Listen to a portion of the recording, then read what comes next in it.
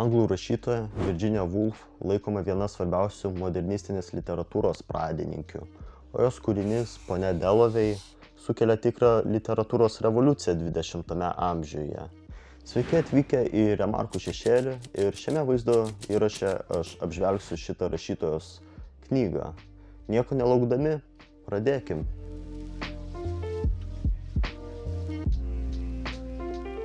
Kūrinys vaizduoja Didžiosios Britanijos visuomenę po Pirmojo pasaulinio karo.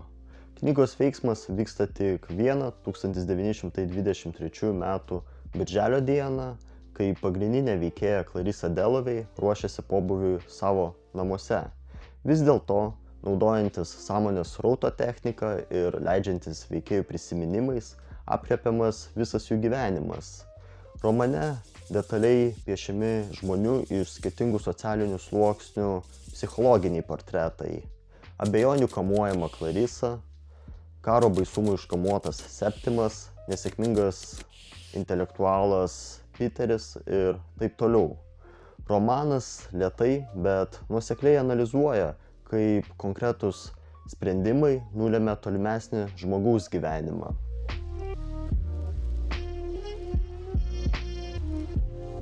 Visų pirma, knyga vaizduodama Clarissa Dalloway analizuoja moterų padėtį santuokiniame gyvenime. Pagrindinė veikėja yra ištekėjusi už sėkmingo politiko Richardo Dallowayaus, pasiturinčiai gyvena ir turi gražią šeimą. Atrodytų, moteris turėtų jaustis laiminga, tačiau jos elgesyje galima įžvelgti depresijos požymių. Pasirodo, kad Clarissos santuokinis gyvenimas yra gana nuobodus ir niūrus. Richardas mažai skiria laiko šeimai, o jos duktė Elizabeta nepateisina lūkesčių. Be to, namų šeimininkės rolę varžo Clarissos asmeninė laisvė. Kūrinyje pagrindinė veikėja yra nuolat lyginama su paukščiu, kadangi ji kaip kanarėlė yra uždaryta narvelėje, tačiau anksčiau buvo autentiška ir nepriklausoma moteris. Clarissa savo nusivylimą bando slopinti rengdama vakarėlius ir priimdama svečius, tačiau giliai širdyje supranta, kad jos gyvenimas galėjo visiškai kitaip susiklostyti. Kūrinys parodo kai kurių moterų vidinį konfliktą, kuris kyla iš nesusiklosčiusio santuokinio gyvenimo.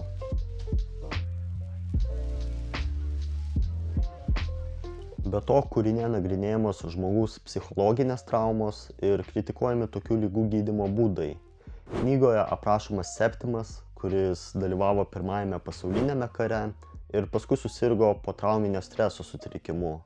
Tiesą sakant, Pirmasis pasaulinis karas daugeliui išgyvenusių vyrų tapo didžiulė psichologinė trauma, nes jie buvo priversti dalyvauti masinėse skerdynėse ir matė savo draugų mirtis.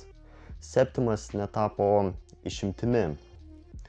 Jam nuolat vaidenasi kare miręs draugas Evansas, vyrą persekioja haliucinacijos, kurios primena smurtą, kraują, žudymą ir taip toliau. Be to, Septimą kamuoja sąžinės priekaištai ir kaltė.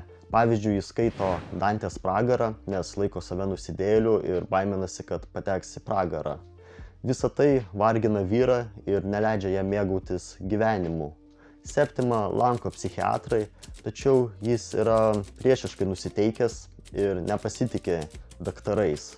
Pasirodo, kad kai kurie gydytojai nebando gilintis į atskiro žmogaus ligos atvejį, todėl dažnai prirašo psichiškai nesveiko žmogaus etiketę pacientams ir bando juos paversti normaliais radikaliomis priemonėmis. Ši Septimo situacija buvo aprašyta remiantis knygos autorės Virginios Woolf patirtimi, kai jis sirgo bipoliariniu sutrikimu ir gulėjo psichiatrinėje ligoninėje. Rašytoja matė, kad psichiatrinėse ligoninėse į ligonius žiūri su nerūpestingumu ir jiems nesuteikiama visa reikalinga medicininė pagalba. Dėl šios priežasties autorė nusprendė šią problemą aprašyti romane Ponia Dalloway. Kūrinys atskleidžia, kad niekas nėra apsaugotas nuo psichinių ligų ir kad jas gydant į žmogų turi būti žiūrima su daugiau pagarbos.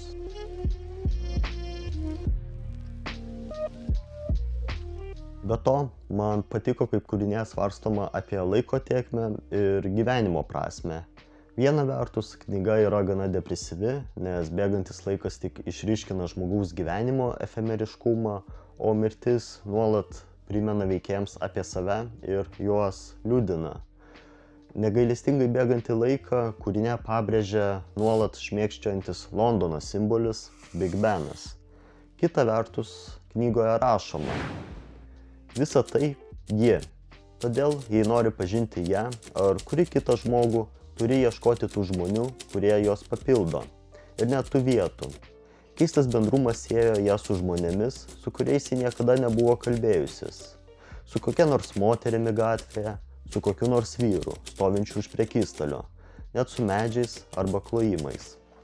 Ši citata teigia, kad žmogus yra taip susitapatinęs su savo gyvenamąja aplinka, kad netgi po mirties jį galima atpažinti konkrečiose žmonėse ar objektuose. Mintis, kad tokiu būdu asmuo įgyja nemirtingumą, teikia paguodos ir nusiraminimo veikėjams. Knyga parodo, kad netgi po mirties tam tikrą žmogų galima atpažinti konkrečiose aplinkos objektuose.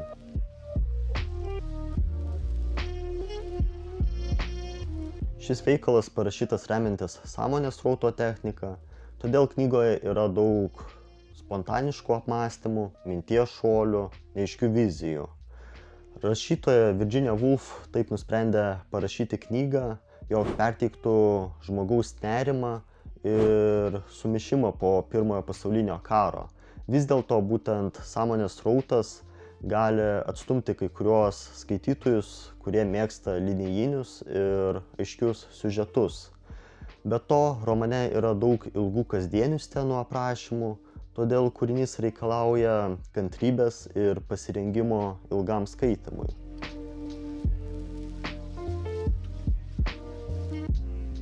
Viską apibendrinant, Virginios Woolf kūrinys Ponia Dalloway yra labai vertingas dėl psichologizmo. Keliaujant veikėjų mintimis, apmąstoma apie karo padarinius, moterų padėtį, žmogaus pasirinkimus, laiko tėkmę ir taip toliau.